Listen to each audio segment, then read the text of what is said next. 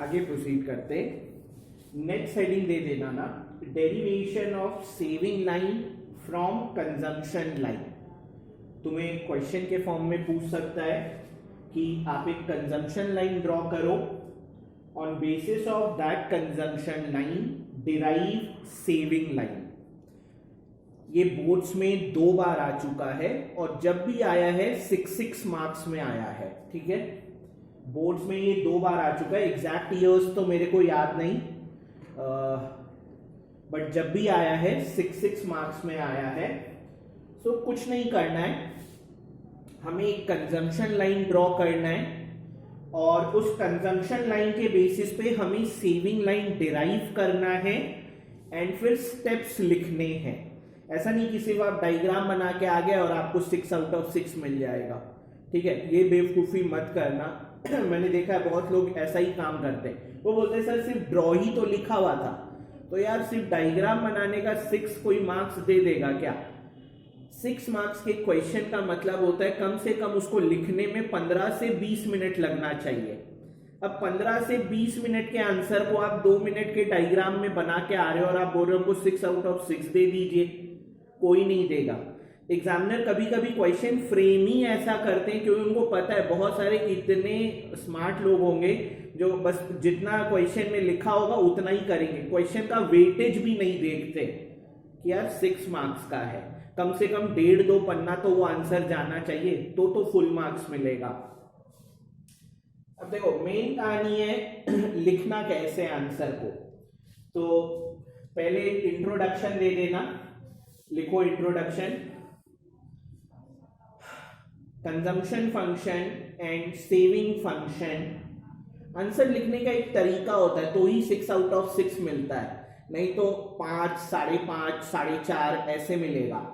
अब आपको लग रहा है एक आधा मार्क्स से क्या होता है, तो ये आधा 1 मार्क्स एक क्वेश्चन का, ऐसे करके 7, 8, 10 क्वेश्चन होंगे, तब तो आप आधा एक उड़ाते चल गए, हो गए आपके 7, 8 मार्क्स तो फ्री फोकट के गए।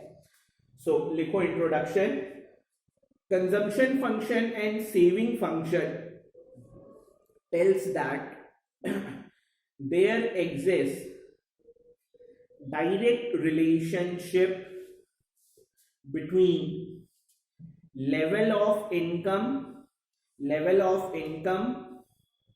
and level of consumption expenditure and level of savings in the economy. Consumption function and saving function tells that there exists direct relationship between level of income and level of consumption expenditure and level of savings in the economy. Para छोड़ के schedule, आपको schedule नहीं भी बनाने बोला है फिर भी आप बना देना, it will hardly take 30 seconds. और उसका फायदा क्या होगा कि अगर आपके आंसर में कहीं भी फ्लॉ रहा तो वो आपके शेड्यूल या ये सब से ढका जाएगा, आपको 6 आउट ऑफ 6 वो दे देगा। शेड्यूल आपको पता ही है, वही शेड्यूल कॉपी पेस्ट मार देना जो आप इतने दिनों से बनाते आ रहे थे। क्या क्या लेके चल रहे थे, 0, 50, 100, 150, 200, 250। सी में क्या लेके चल रहा था, 60, 90, 120, 150, 180, 210। एस क्या हो जाएगा, -60, -40, -20, 0, 20, 40। ये मेरा शेड्यूल हो गया। कितना देर लगा, हार्डली 10 से 20 second.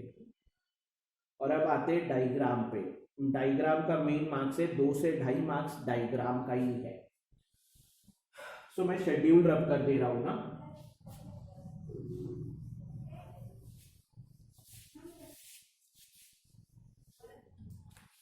So I have to derive saving line using consumption line. तो सबसे पहले हम लोग कंजम्पशन लाइन बनाएंगे। वाई एक्सिस पे कंजम्पशन, एक्स एक्सिस पे इनकम।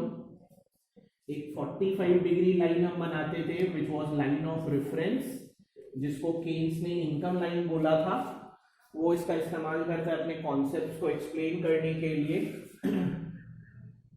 ये मेरा कंजम्पशन लाइन था, दिस वाज 0, सी बार, ये हाइट सी बार था, यहाँ पे सी ग्रेटर देन वाई, ये break even level income Y equal to C, और यहाँ पे वाई ग्रेटर देन सी।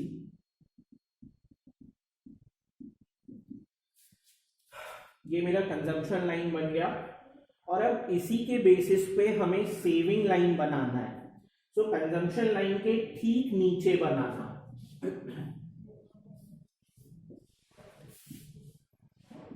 वाई एक्सिस पे सेविंग्स, एक्स एक्सिस पे इनकम।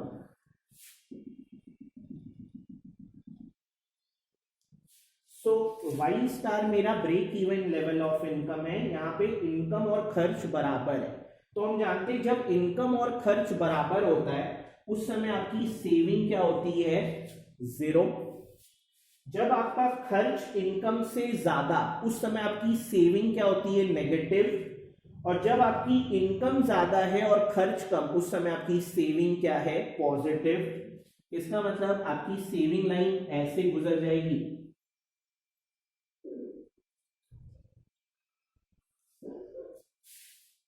ये 0 minus C bar, this height is minus C bar, यहाँ पे सेविंग नेगेटिव, सेविंग 0, यहाँ पे सेविंग पॉजिटिव। अब अगर मान लो तुम डायग्राम ऐसे बनाए, यानी ये और फिर ऐसे कहीं पे सेविंग बना रहे हो, या तुम ऐसे बनाए, इधर बनाए सी और इधर बना रहे हो एस, ये भी कट हो जाएगा, ये भी कट हो जाएगा, एक के नीचे एक, बिकॉज आपको इसी के बेसिस पे इसको डिराइव करना था। तो आप तो इधर उधर बना के आ जा रहे हो, तो आपने इसके बेसिस पे इसको कैसे डिराइव किया, दिस इज डेरिवेशन, कि जब वाई सी बराबर है उस समय एस मेरा 0, जब सी ग्रेटर देन वाई है उस समय मेरा एस नेगेटिव, और जब मेरा वाई ग्रेटर देन सी है एस पॉजिटिव। ग्राफ मेरा अपवर्ड बनता है, ये मेरा डेरिवेशन हो गया। तो अगर आप ऊपर नीचे बनाओगे तो ही आपको 2 या 2.5 मार्क्स मिलेगा, अदरवाइज अगर आप ये सब काम करके आए एग्जाम हॉल में 0। और डायग्राम गलत हुआ ना तो बहुत बार टीचर तुम क्या लिखते हो वो भी नहीं पढ़ेंगे, फिर वो पूरा ही ओवरऑल 0 बैठा देते हैं। अब इसका एक्सप्लेनेशन लिखो,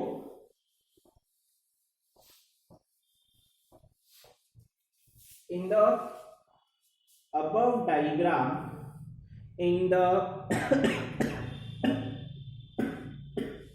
above diagram, comma 45-degree line is line of reference, 45-degree line is line of reference, bracket में income line, and CC is the upward sloping consumption line, and CC is the upward sloping consumption line। सब point करके लिखना अपने answers, छोटे छोटे points में। बड़ा paragraphs लिखोगे तो फिर मत बोलना कि सर एवरेज मार्किंग हमको क्यों दिया गया है, बिकॉज आपने लिखने के तरीके पे फोकस नहीं किया। मैं बार बार कह रहा हूं, बोर्ड्स में अगर आपको बहुत अच्छा स्कोर करना है ना तो आप लिखने के पैटर्न पे भी ध्यान दीजिए। आप क्या अनाप शनाप लिख रहे हो और उस पे आप बोल रहे हो कि हमको मार्क्स आ जाना चाहिए, सॉरी नहीं आएगा। हर साल बहुत सारे बच्चे सर एकदम देखिएगा 90-95 में तो कोई दाग ही नहीं, आएगा ही आएगा। लेकिन मैं जानता हूं ना, मैं जानता हूं आप लिखते कैसे हो अपना आंसर, और जब रिजल्ट आता है सर देखिए हमको मार्क्स काट दिया, 70 ही दिया 100 में, 80 ही दिया। कॉपी मंगवा लो, कॉपी मंगवा लो, खुश हो जाओ कॉपी मंगवा के। कॉपी भी मंगवा लेते, उसको रीचेक में भी डाल देते, फिर भी कुछ नहीं होता, बिकॉज उनका आंसर लिखने का जो तरीका है वो बहुत ही बेहुदा है। बड़े बड़े पैराग्राफ, 10-10 लाइन, 8-8 लाइन, 12-12 लाइन का पैराग्राफ कौन पढ़ेगा यार। तुम खुद एक एग्जामिनर होगे जो कॉपी चेक करता है, तुम खुद कभी जिंदगी में नहीं पढ़ना चाहोगे। इसलिए छोटे छोटे पैराग्राफ्स और की पॉइंट्स को अंडरलाइन करते चलना। सब पॉइंट करके लिखो, at Y star level of income, at Y star level of income, comma consumption line cuts income line at y star level of income, comma, consumption line cuts income line, bracket में लिख दो break even level of income, bracket में लिख दो break even level of income. उसी को continue करना उसी पैराग्राफ में। From y star we will draw a vertical line on the second diagram. From y star we will draw a vertical line, ये vertical line है, we will draw a vertical line on second diagram and at that level of income, and at that level of income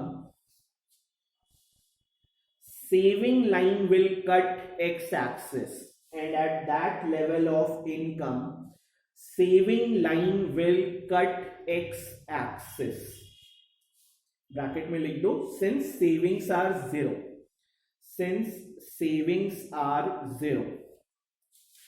so Y star पे ये दोनों एक दूसरे को cut किए, वहां से मैंने एक वर्टिकल लाइन ड्रॉ किया, उस समय सेविंग लाइन एक्स एक्सिस को कट करेगा क्योंकि उस समय सेविंग क्या है, zero.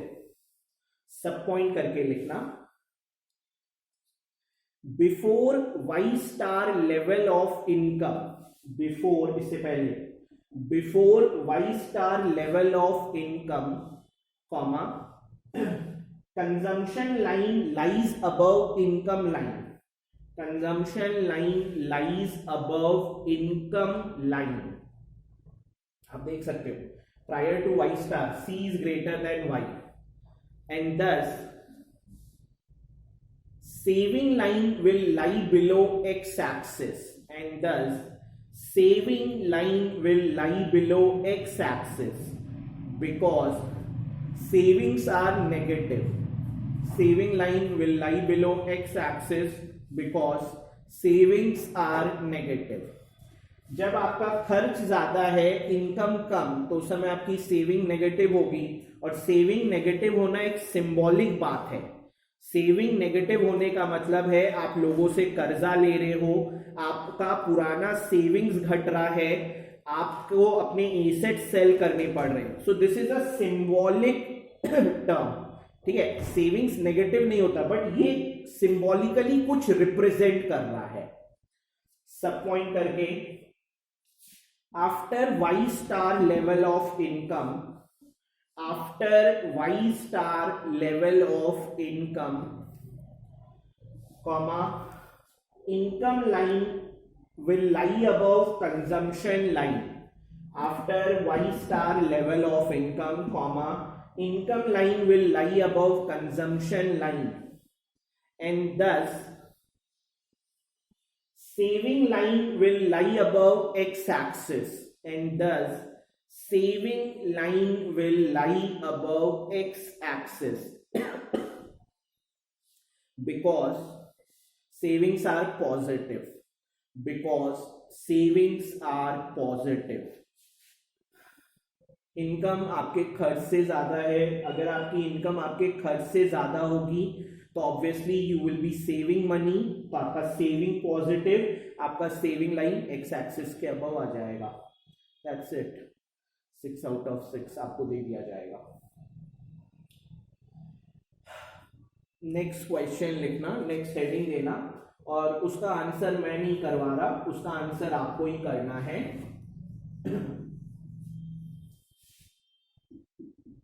Derive consumption line from saving line.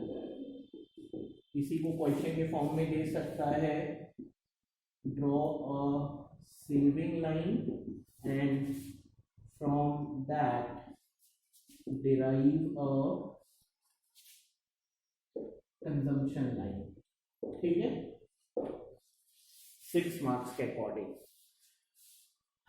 सो थोड़ा सा कॉमन सेंस लगाना है। इस बार आपको कंजम्पशन लाइन डिराइव करना है यूजिंग सेविंग लाइन, तो डायग्राम तो यही होगा।